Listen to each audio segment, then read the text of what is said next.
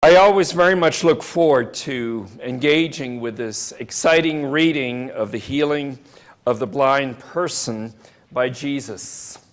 Among other things, it reminds me of one of the more memorable experiences serving as pastor in Germany. At the time, part of my duties included to serve as our synod's point person for outreach to people who were blind or seeing impaired. I did so for 5 years, and they were very rewarding 5 years of very different experiences. We planned worship services with the readings read from a Bible in Braille.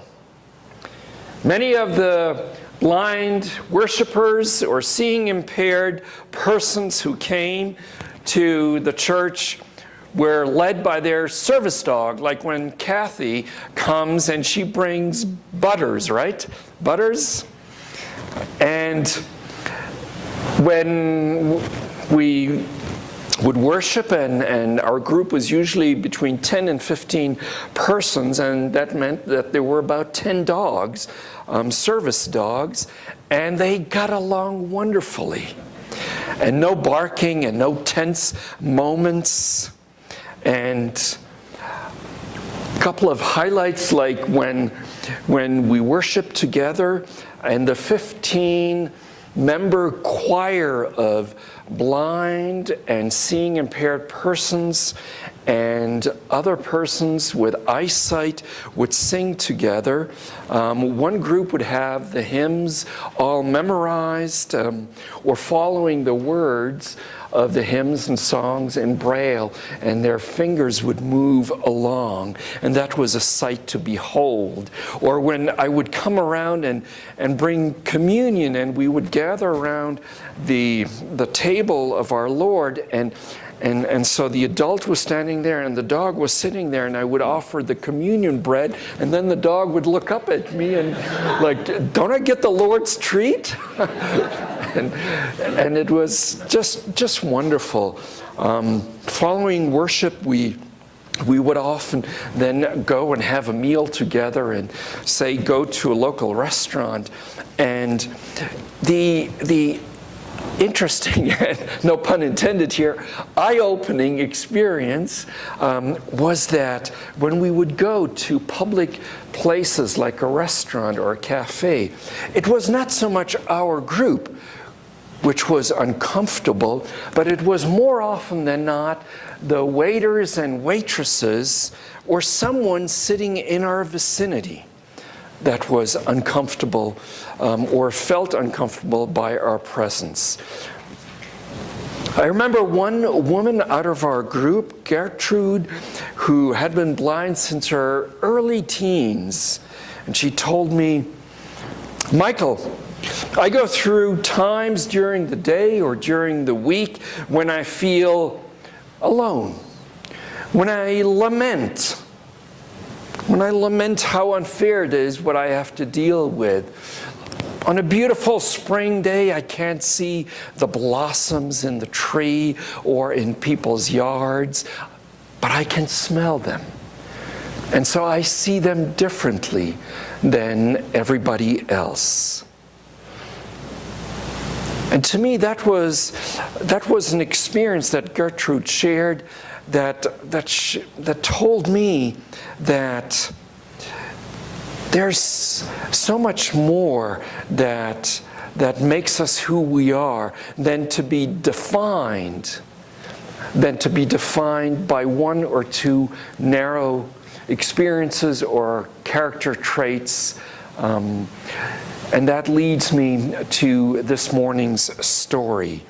And needless to say, that this story of the healed man who received his eyesight from Jesus resonated very much with Gertrude and others in our group. It's an amazing story. A man born blind, and Jesus comes right out of the gate, heals him, and says very clearly, his blindness from birth is not the result of any failure or any sin from his parents. That is such an important statement to make as we hear when the story unfolds more and more, because there are those who hold the man's blindness, not only against him, but also against his parents. He lived as a beggar. He lived outside of his community. And to many in his community, he seemingly had nothing to contribute. Jesus encounters him, and this healing is so out of the ordinary that friends and neighbors, members of his community, simply can't wrap their minds around that. And they don't recognize him at first for who is now standing in front of him. He who was once blind and now can see. They don't celebrate his healing. Instead, they struggle with it. They're not really happy for him. They don't take him on walks to introduce the community to him, to show them their homes and to show them the town, the village. No, they interrogate him. They doubt, they question him. How is it that you can see? Isn't it striking that there is no joy? There's no celebration. There is only suspicion. It's odd that people who knew him as a blind man could not recognize him once he had recovered his sight. But maybe it isn't as odd as we think. How often does it also happen to us that we define those around us in terms of a person's shortcoming, or a person's challenge, a person's failure or setback or deficit? She's unemployed, we may say, or he's divorced. She's a single mom, or he's a high school dropout. He's a failure, she's an alcoholic, she has cancer, he's depressed. A person narrowed down to their perceived setback or failure. And how often do we do that to ourselves in our own lives, defining ourselves in terms of our setbacks, our difficult things that we've experienced? And even if we have overcome them, I wonder how often are we going back, defining ourselves by our past setbacks or disappointments, and how we see ourselves. What strikes me about this story is that the man's troubles really begin after his healing. Isn't that sad? He could not have anticipated that his healing by Jesus would set off such a string of unintended consequences and suspicion over suspicion. He got his sight, but it came with a whole lot of hassle. He is badgered by the Pharisees not once but twice. It seems so very, very hard for the people around the man who received his sight to adjust to this new reality and to see him for anything more than what he used to be in their eyes. Some folks don't recognize him at all. Others, including his parents, know what he struggled with and see his transformation. But they really aren't sure what to make of it, or they're intimidated by those around them who question their son. And the second time around, the Pharisees badger him. When he stands up to them, they drive him out of the community again. And doesn't he know what that feels like, to be an outsider? The Pharisees, they would not accept his story, his healing, because of all persons and of all days, Jesus did this healing on the Sabbath, a day on which it is generally forbidden to Jews to do any work at all. Even, they say, to Jesus and to the man, even a healing. And therefore Jesus is labeled as a sinner for supposedly breaking the Jewish law. Sinners like Jesus should not heal people. Sinners like the blind man didn't deserve healing. And so it is all of this happening on the wrong day to an unworthy person from a less than reputable Jewish rabbi who does not honor Jewish law. And the Pharisees just can't see anything in both the man and Jesus that is good. It is so very sad. And isn't it interesting that for a whole ton of verses, Jesus isn't even there? He comes back after the man who wants to celebrate has not found anybody to celebrate with him, to rejoice with him. And Jesus comes back and they engage in conversation, just like the woman at the well from last week. And Jesus speaks to the man of seeing not only physically, but also spiritually. He repeatedly points people toward the reality, what had happened, who did the healing, and his courage. The man's courage is amazing in the way he deals with the pressure to deny Jesus, to say, you know, I wasn't really blind. Jesus isn't really the Son of Man. He didn't really change my life. He didn't really heal me. It was just a hoax, and now I'm back to begging by the roadside, pretending to be blind. He doesn't go there. He can only rejoice at his recovery and look ahead to what is possible, to what is open in front of him, even delighting, beginning to delight in the possibilities that are now for him. And when he meets Jesus again towards the end of the story, Jesus invites this man to who he is.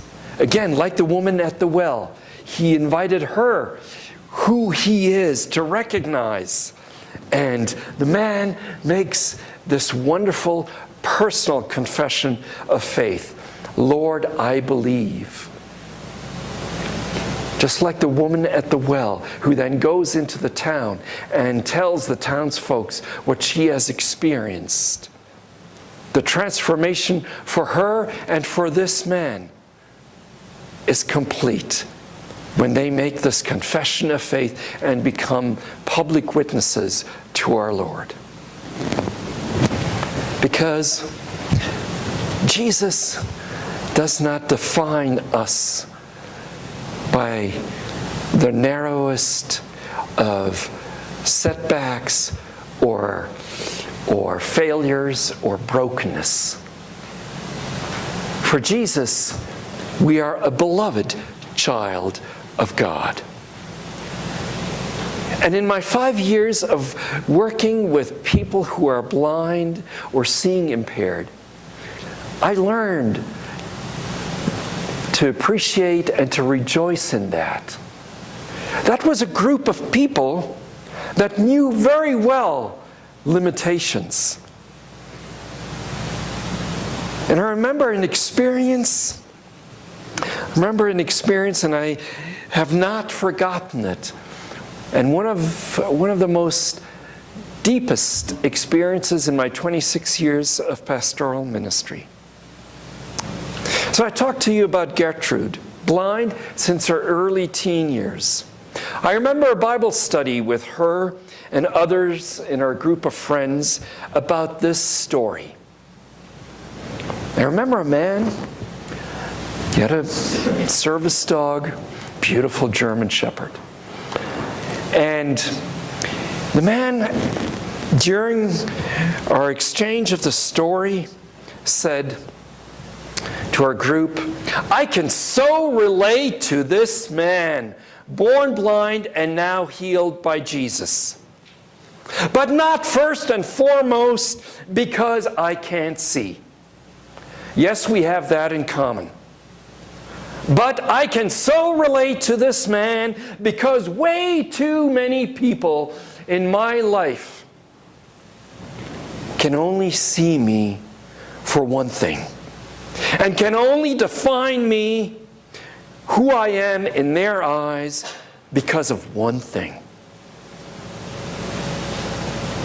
And I try to tell those people in my family, in my circle of friends, in my community, listen, I am so much more than one thing. I am so much more than a person who cannot see. I am a beloved child of God. And I give thanks to this group of fellow Christ followers who see each other not by our limitations or by our setbacks, but that God's love is also alive in us, in our group, in each individual, and that we have so much more to offer to all those who think all we're about is that we can't see. And when he had finished his testimony, his witness, and he sat down by his dog again, there was not a dry eye in our group. One of the most powerful experiences in my ministry with that beautiful group of people.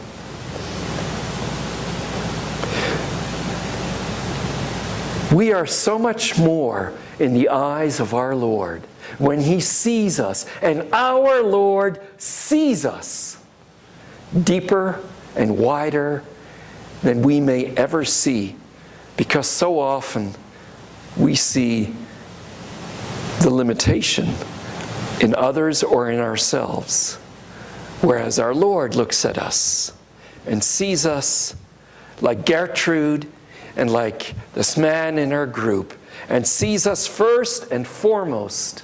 You are a beloved child of God, and with you I am well pleased.